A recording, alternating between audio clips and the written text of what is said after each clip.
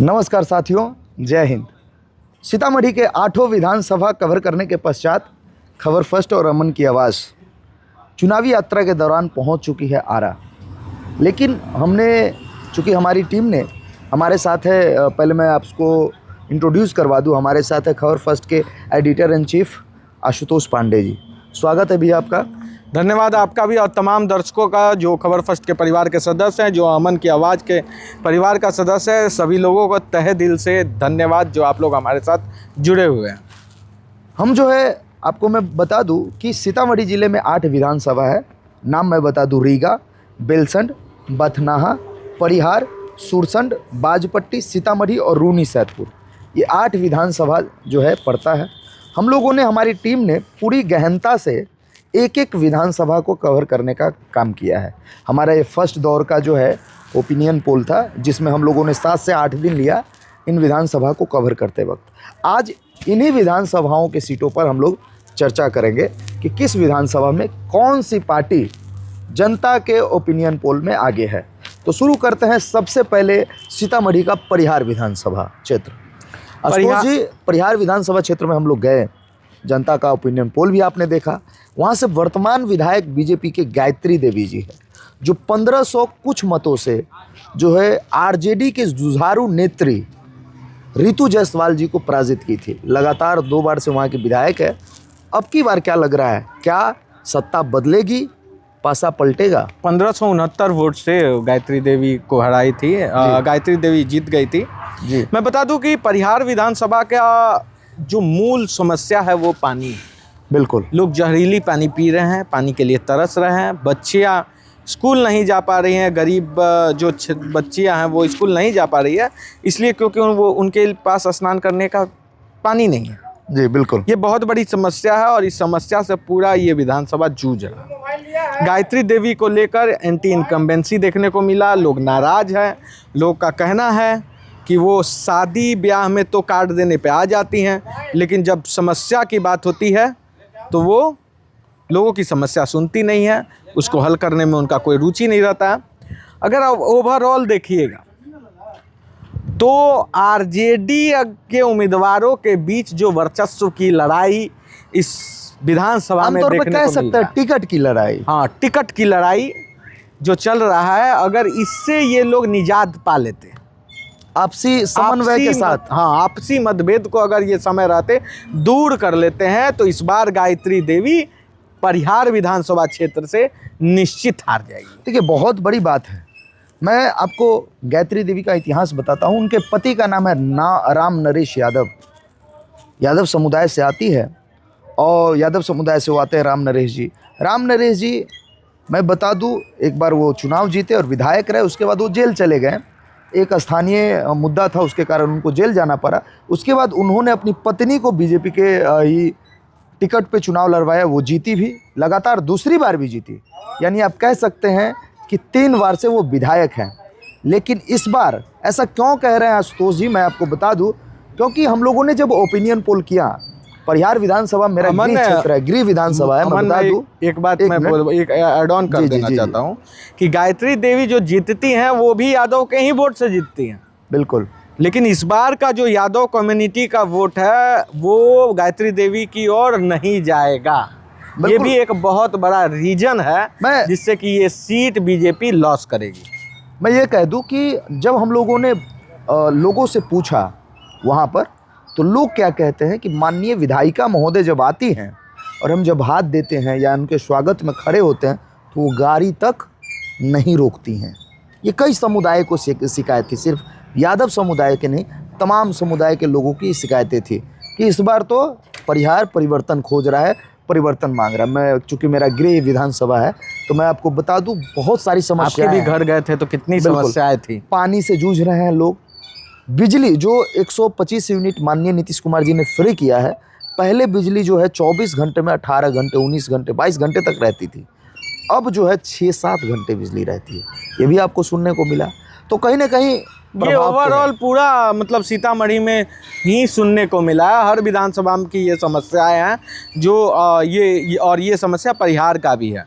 सिर्फ परिहार को इसको हम लोग सीमित ना करें, हर एक विधानसभा, 8 विधानसभा में ये समस्या पानी और बिजली की रही है। जी, एक बात दर्शकों मैं आपको ये भी बता दूं मेरे साथी कि परिहार विधानसभा की अगर मैं बात करूं तो वहां पर आरजेडी जो है पिछले बार रितु जायसवाल जी को टिकट दी थी। जैसा कि भैया ने बताया कि 1569 वोट से वो हार गई थी, लेकिन वर्तमान में आरजेडी के सीट को लेकर के, टिकट को लेकर के आपसी वर्चस्व है। आरजेडी के बहुत ही बड़े नेता, कद्दावर नेता, कहे तो बहुत वरिष्ठ नेता रामचंद्र पूर्वे जी अपनी बहू अस्मिता पूर्वे के लिए कैंपेनिंग कर रहे हैं और टिकट की मांग कर रहे हैं। मैं बता दूं वहीं पे राम कैलाश जी भी हैं, वो भी आरजेडी से टिकट चाह रहे हैं। और मैं एक मिनट मैं गिनवा दूं, पहले आपको क्लियर कर दूं कि कितने लोग हैं रेस में। तो रामचंद्र पूर्वे जी की पत्नी है, सॉरी बहू हैं अस्मिता पूर्वे जी, और रितु जायसवाल जी हैं, राम कैलाश जी हैं। मैं आपको बता दूं कि वहीं से एक स्थानीय, हम कह सकते युवा, जिनको वाल्मीकि यादव जी कहते हैं, वो स्थानीय हैं, वो भी टिकट के जद्दोजहद के लिए आरजेडी के ऑफिसों के चक्कर लगा रहे हैं। तो कहीं ऐसा ना हो कि किसी एक व्यक्ति को टिकट देने के चक्कर में आपसी कलह उत्पन्न हो जाए। मैं क्या बोलना चाह रहा हूँ, आरजेडी ये सीट पुनः लूज कर अमन, हमारे पास टाइम लिमिट है, इसलिए हम लोग 8 विधानसभा को कवर करना है कम टाइम पे ही। लेकिन मैं एक बात क्लियर करूंगा कि आप ये मत देखिए कि टिकट की लड़ाई हर पार्टी में होती है, लेकिन यहाँ पे जो लड़ाई है वो वर्चस्व की लड़ाई है।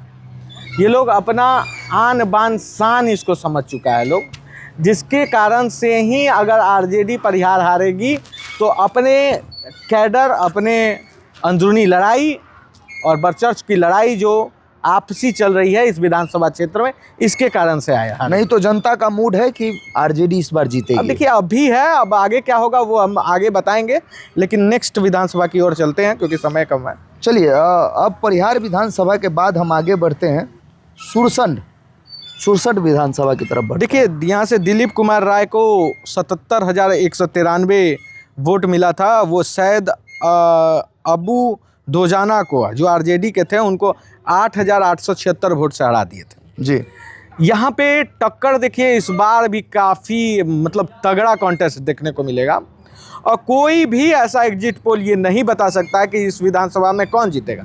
लेकिन देखिए 2-3 फैक्टर है जो आरजेडी का इस बार वोट बैंक में इजाफा करेगा।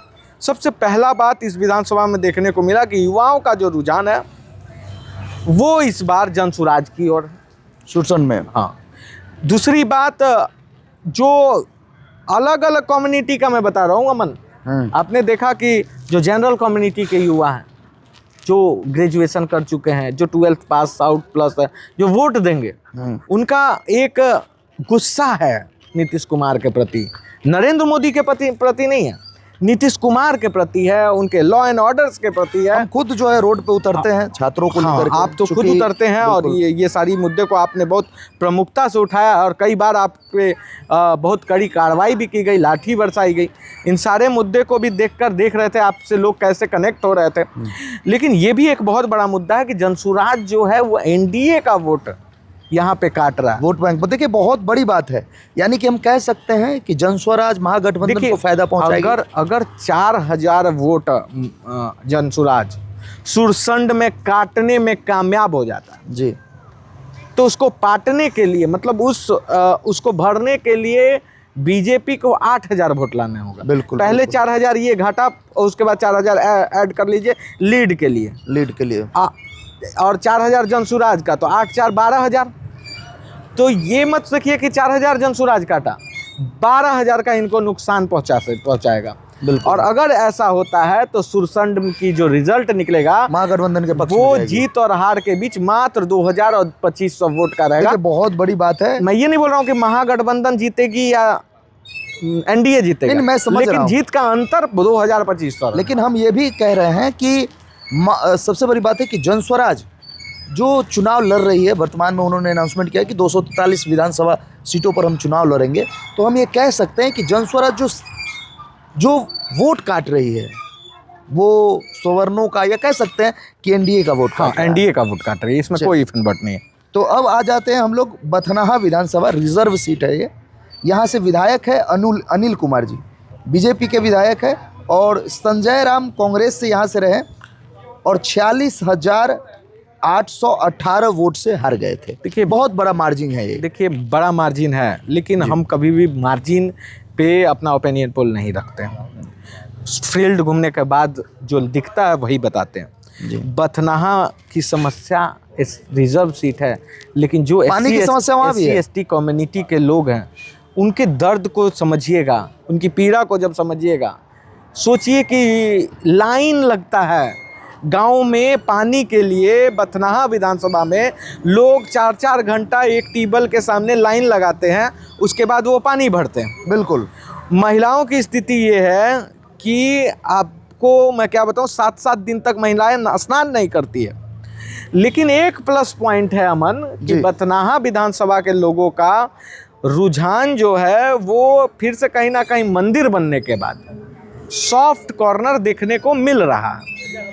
ठीक। तो ओवरऑल अगर आप देखिएगा तो इस विधानसभा में एज पे है एनडीए, और एनडीए इस विधानसभा को जीत जाएगी, इसमें कोई इफ एंड बट नहीं है। लेकिन जो मार्जिन है वो मार्जिन 10,000 से 15,000 रहेगा। 40,000 जो मार्जिन है वो नहीं रहने वाला है। बिल्कुल बिल्कुल। नेक्स्ट विधानसभा की ओर चलते हैं अब। जी, दूसरा विधानसभा की अगर हम बात करें तो हम लोग अब बात करते हैं बाजपट्टी। बाजपट्टी हम लोग वहाँ भी गए थे और बड़े पैमानों पर लोगों से ओपिनियन पोल भी किया था। वहाँ का क्या रुझान है? देखिए, मुकेश कुमार यादव से लोगों का कहना है कि मुकेश कुमार यादव जीतने के बाद उतना नहीं घूमते हैं जितना कि घूमना चाहिए। लोगों से बातचीत नहीं करते हैं, लोगों के शादी चुनिंदे लोगों के पास आते हैं। जी जी। लेकिन ओवरऑल अगर आप ओपिनियन पोल देखिएगा तो वहाँ का डेमोग्राफिकल स्ट्रक्चर अगर देखिएगा तो मुस्लिम यादव कम्युनिटी MY जो समीकरण पे चुनाव लड़ती है महागठबंधन जी, वहाँ पे इनका कहीं ना कहीं एक तरफा वोट बैंक जो शिफ्ट होता है वो बहुत बड़ा इम्पैक्ट डालता है। और इस बार आप सिर्फ MY समीकरण पे मत जाइए, जो राम समुदाय है जी, जो सहनी कम्युनिटी के लोग हैं वो भी इस बार महागठबंधन के साथ हैं। तो ऐसे स्थिति में अगर मुकेश कुमार यादव को टिकट मिलता है तब तो थोड़ा मोड़ा फाइट देखने को मिलेगा, अगर नहीं तो कोई नया कैंडिडेट अगर मिल जाता है तब भी यहाँ से मुझे लग रहा है कि सेफ सीट है ये आरजेडी के लिए। 7-8 हज़ार या 10,000 वोट से यहाँ से आरजेडी लीड कर जाएगी ईजिली, इसमें कोई इफ एंड बट नहीं है। मतलब हम कह रहे हैं कि परिहार विधानसभा और सुरसंड विधानसभा और बाजपट्टी विधानसभा, नहीं देखिए, सुरसंड में फाइट है, सुरसंड में नहीं कोई नेट का फाइट है। हाँ। लेकिन परिहार और बाजपट्टी में आरजेडी बहुत मजबूत है, जो है महागठबंधन यहाँ से चुनाव जीत सकती है। सीतामढ़ी विधानसभा, देखिए सीतामढ़ी विधानसभा की अगर हम बात करें तो मैं पहले बता दूं आपको कि सीतामढ़ी में हाल ही में माननीय गृह मंत्री अमित शाह आए थे और 882 से 900 करोड़ तक का माता सीता के जन्मस्थली का जो है पुनर्द्वार जीर्णोद्वार जो है मंदिर का उद्घाटन कर दिया है उन्होंने। और उन्होंने सीतामढ़ी में आके एक शब्द बोला कि बनिए का बेटा हूँ, आना पाई का हिसाब रखता हूँ, यानी कि जातीय समीकरण को साधने की कोशिश की गई थी। वर्तमान में वहाँ के जो विधायक है मैं उनके बारे में आपसे चाहूँगा कि आप उसके बारे में डिटेल बताएं। और उन विधायक के व्यक्तिगत से लोगों का मतभेद है, विधायक से व्यक्तिगत रूप से मतभेद है, भाजपा से मतभेद नहीं है। सबसे पहले मैं आ जाता हूँ सीतामढ़ी में जो मंदिर का अभी शिलान्यास हुआ है उस पर बात कर लेते हैं जी। तो सीतामढ़ी में ही इसका इम्पैक्ट नहीं है अमन जी, पूरा इंटायर बिहार में जो सनातनी हैं और जो अपने आप को बीजेपी से कनेक्ट करते हैं वो इस मुद्दे से कनेक्ट हैं। और सीतामढ़ी में मिथिलेश जी को लेकर, उनके एटीट्यूड को लेकर, उनका रवैया जो है और जो प्रशासन का जो एक कह सकते हैं आपकी जो प्रशासन का जो वहाँ पे देखने को मिल रहा है चाल चरित्र कि लोगों को, जो आम लोग हैं उनको परेशान करना और माफियाओं के साथ पीछे के रास्ते से जो वो सपोर्ट कर रहे हैं, दारू माफिया को जो सपोर्ट कर रही है प्रशासन, उन सारी चीज़ों से लोग नाराज़ हैं। मिथिलेश जी से काफ़ी नाराज़ हैं, मिथिलेश जी को लेकर एंटी इनकम्बेंसी है। लेकिन सीतामढ़ी में तो ये भी देखने को मिला है। आपको मैं बता दूं कि जो वहाँ पे जो कोड वोटर हैं वहाँ पे बनिया समुदाय के लोग काफ़ी ज़्यादा हैं, यादव कम्युनिटी के भी लोग हैं, मुसलमान भी हैं और उसके बाद और भी तमाम ब्राह्मण, राजपूत, भूमियार, कायस्थ, पासवान कम्युनिटी के लोग हैं, ये सब हैं। लेकिन आप देखिए कि ये जो कास्ट की राजनीति सभी लोग कर रहे हैं, बिल्कुल, सिर्फ बीजेपी पे आप नहीं मैं ये कास्टिज्म की ही हो रही है लड़ाई, ये चुनाव नहीं हो रहा है, ये कास्टिज्म अपने वोट बैंक को साधने की कोशिश ये लोग कर रहे हैं। और इसमें सीतामढ़ी विधानसभा में बीजेपी जो है अपने वोट बैंक को सिमटने में कामयाब हुई है। और इस विधानसभा का रिजल्ट यही आने वाला है अंतोगत्वा कि यहाँ से बीजेपी विन करेगी। मतलब मिथिलेश जी को पुनः विधायक बना रहे मिथिलेश जी हो या फिर वहाँ से कोई हो, वहाँ पे हैं। सेटिंग एमएलए टिकट उसे ही मिलेगी। बीजेपी का पट्टा लेकर सही पूछिए तो कोई भी अगर उतर जाएगा उसका जीत सुनिश्चित होगा। लेकिन आशुतोष जी, मैं यहाँ पर आपको रोकूंगा, माफ़ कीजिएगा, क्योंकि हमने जो ओपिनियन पोल किया था उसमें साफ साफ लोग कह रहे थे कि हम रोजगार पर वोट करेंगे, देखिए वो हम स्वास्थ्य पे वोट करेंगे, हम शिक्षा पर वोट हम करेंगे, लोग सारा वीडियो डाल नहीं हम पाते, मंदिर पे नहीं करेंगे। हम लोग सारा वीडियो नहीं डाल पाते हैं। इसलिए नहीं डाल पाता हूँ क्योंकि देखिए सारा वीडियो डालने के बाद मुझे लगता भी नहीं है कि व्यूवर्स उतने देखेंगे। और लेकिन वो एक पर्टिकुलर कम्युनिटी के लोग थे, उनसे आप पूरा, जब आप पूरा सीतामढ़ी घूमे, जो हम लोग ने कास्ट वाइज जब घूमना स्टार्ट किया तो आपने देखा ना पासवान कम्युनिटी के लोग क्या कर रहे हैं कि हमें कष्ट है लेकिन हम चिराग के साथ हैं। ब्राह्मण, भूमियार, राजपूत, इन सारे लोगों का क्या कहना था, बनिया समुदाय के लोगों का क्या कहना था कि ठीक है जो भी गलती है, जो भी दुख है, लेकिन जो राम को लाया है, जो सीता माता का मंदिर बना रहा है, हम उसको वोट देंगे। तो इस सिनेरियो को देखिएगा, इसको अगर आप देखिएगा और गौर से देखिएगा कि लोगों के माइंडसेट क्या है, इनका माइंडसेट नहीं बदलेगा। ये एकदम फिक्स मतलब कि वोटर है। आपको लग रहा है कि मंदिर पे वोट पड़ेंगे? यहाँ पे मंदिर पे वोट पड़ेगा। अगर आप मंदिर की बात करें तो जरा हम उत्तर प्रदेश से इसको कनेक्ट करना चाहेंगे। हाँ। कि उत्तर प्रदेश में अयोध्या मंदिर बना, भव्य मंदिर राम जी का बना, रामलला का, लेकिन वहाँ से बीजेपी बुरी तरह से हारी और लोकसभा चुनाव में जो अवधेश जी वहाँ से जीते। आपने बहुत अच्छा सवाल पूछा है और इसका जवाब तमाम दर्शकों को मैं चाहूँगा कि आप लोग सुनिए क्यों बीजेपी हारी। देखिए अमन, उसका दो कारण था। पहला कारण, जो मंदिर आवंटन के समय, मंदिर बनाने के समय जो जमीन आवंटन किया गया लिए गए थे लोगों के द्वारा, उसका पैसा समय पे लोगों का ना मिलना बहुत बड़ा कारण था।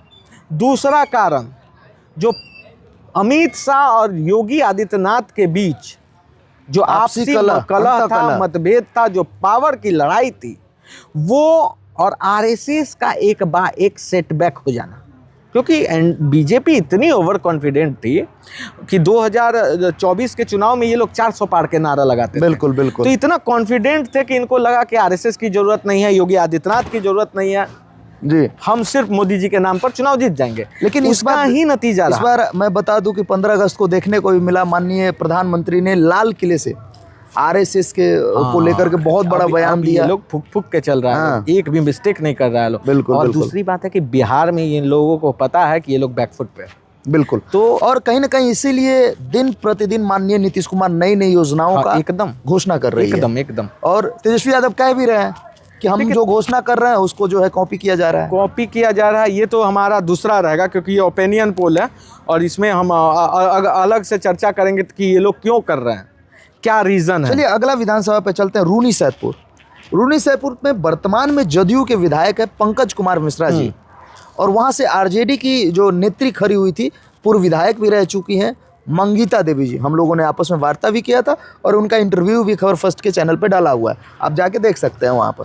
देखिए 24,629 वोट से बहुत बड़ा मार्जिन। हाँ, रूनी सैदपुर से वो जीत गए थे।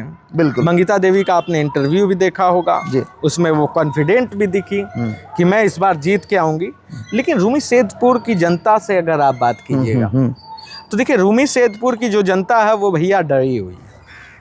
ये देखने को मिला क्योंकि जो बनिया कम्युनिटी के लोग हैं, जो कायस्थ कम्युनिटी के लोग की तरफ भी लोग रुझान कर रहे हैं वहाँ पे। हाँ, लेकिन देखिए प्रशांत किशोर की ओर रुझान कर रहे हैं, लेकिन रूनी सैदपुर की जनता भी कहीं ना कहीं सीतामढ़ी में जो मंदिर बन रहा है उनको पता है कि यही रूट होगा मंदिर का। तो क्या आप कहना चाह रहे हैं कि मंदिर जो है बिहार के चुनाव में केंद्र बिंदु रहेगा, खासकर सीतामढ़ी में ये जो रूनी सैदपुर का इलाका हो गया, सीतामढ़ी हो गया, उसके बाद रीगा हो गया, बथनाहा हो गया, उसके बाद आपका परिहार विधानसभा हो गया, इन सारे विधानसभाओं में मंदिर मुद्दा बहुत बढ़ चढ़ कर रहा है। मतलब आपका कहने का मतलब ये है सीतामढ़ी के 8 विधानसभा के लिए मंदिर जो है केंद्र बिंदु होगा चुनाव। लेकिन रूनी सैदपुर की जनता में अब देखना होगा कि इस बार आरजेडी जो है, खास करके वहाँ के कैडर, देखिए रूनी सैदपुर जीतना है तो मैं एक चीज़ बता देता हूँ, कैडर को पोलाइट होना होगा। बिल्कुल। देखिए आरजेडी या तेजस्वी यादव से लोग नहीं हारते, कैडर के चलते आरजेडी हारती है चुनाव, ये फैक्ट है।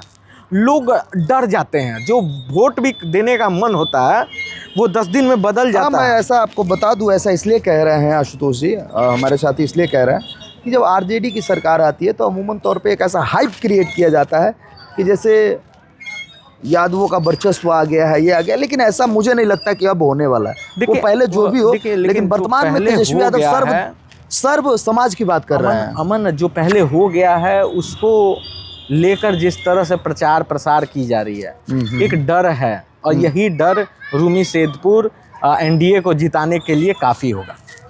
तो मतलब आप कह रहे हैं कि रूमी सैदपुर जो है पुनः एनडीए की हो जाएगा। यानी कि अब तक हम लोगों ने 4 विधानसभा के बारे में कहा है। अभी तक हम लोग कर दिए हैं, रूमी सैदपुर कर लिए, सीतामढ़ी कर लिए, बाजपट्टी कर लिए, परिहार कर लिए, सुरसंड कर लिए। सॉरी 5 विधानसभा, 5 में से 3 परिहार जाएगा आपका एनडीए, नहीं परिहार आरजेडी, बाजपट्टी आरजेडी, सुरसंड में लड़ाई है, हाँ लड़ाई, सीतामढ़ी और रूमी सैदपुर में बीजेपी, मतलब एनडीए जीतेगी। मतलब आप एक में कांटे की टक्कर और 2-2 दे रहे हैं। कांटे की टक्कर मैं इसलिए दे रहा हूँ ना, क्योंकि मुझे लग रहा है कि वहां से आरजेडी जीतेगी। मैं बता दूं, ये फाइनल ओपिनियन पोल नहीं है, हमारी दूसरी जब दौरे होगी तो हम उसमें साफ साफ क्लियर कर देंगे कि कौन सी सीट किसके खाते में अभी जा रही फाइट है। इसलिए बता रहे हैं क्योंकि अभी जो 2-3% लोग होते हैं ना, उनका मत बदलता है। अब देखना होगा कि जनसुराज कितना वोट वहां से काट रहा है, इस पे बहुत सारी चीजें निर्भर करेगी।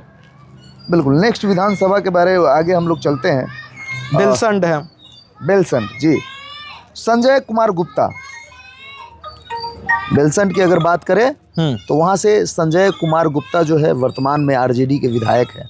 क्या कहेंगे इसके बारे में? देखिए, संजय कुमार गुप्ता अभी तक सीतामढ़ी में मुझे सबसे, अगर आरजेडी को लेकर फेवरेबल सीट ही लगा तो बेलसंड ही लगा। और संजय जी ने जिस तरह से अपने कैडर को संभाल के रखा है जी, वो मानना पड़ेगा, और वो इम्पैक्ट डालेगा चुनाव में।